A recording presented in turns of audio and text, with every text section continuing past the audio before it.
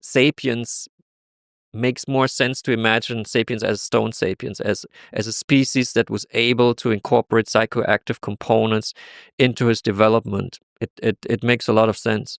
What about one of the great, if you could think of it that way, technologies that humans have developed is religion?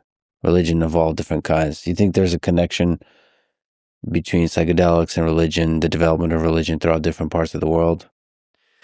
Well, I think Moses is quite interesting.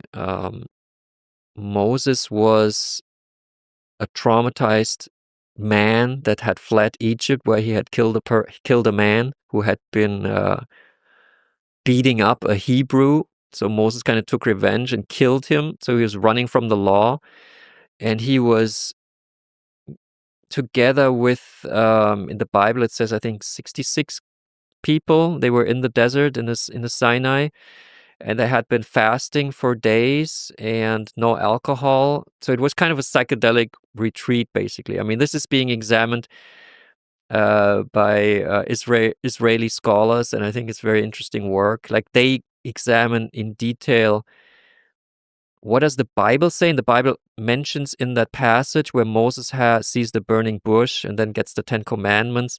In that Bible passage, there's a lot of several times the acacia is mentioned, and the acacia, the Egyptian acacia, grows right in that Sinai area, and contains DMT. So there's this Israeli research that Moses was actually having a trip, basically. That he was seeing, he was hallucinating. The burning bush was, if you take LSD and you look at a bush in the heat, it will move. It might resemble like a burning, and experience. And then he went up the mountain, which takes 3 hours, while the others were staying down. And with the DMT type of experience, it's not that everyone in the group has the same experience. Similar to ayahuasca, sometimes like one guy has like incredible experience, while another person might not feel that much at all. And Moses felt a lot, and you do feel a lot when when you have something to work through. And he had certainly something to work through, the trauma of killing a man. So it's also no surprise that he receives one of the commandments: you should not kill.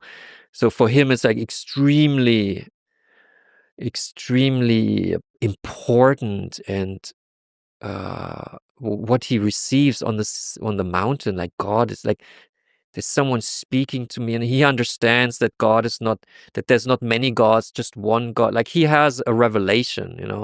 And I think when I read these examinations by these scholars, I think it makes a lot of sense to imagine that the Jewish religion comes from Moses' trip. And also, if you look at the Jewish religion, they are quite open to drugs. I don't know if that could be an unconscious reaction to that kind of trippy beginning. Like, they have Purim, where it's like you're supposed to get intoxicated to get closer to God. They're not as straight-laced as the Christians. Like, they were just, they just allow alcohol. It's like the blood of Christ.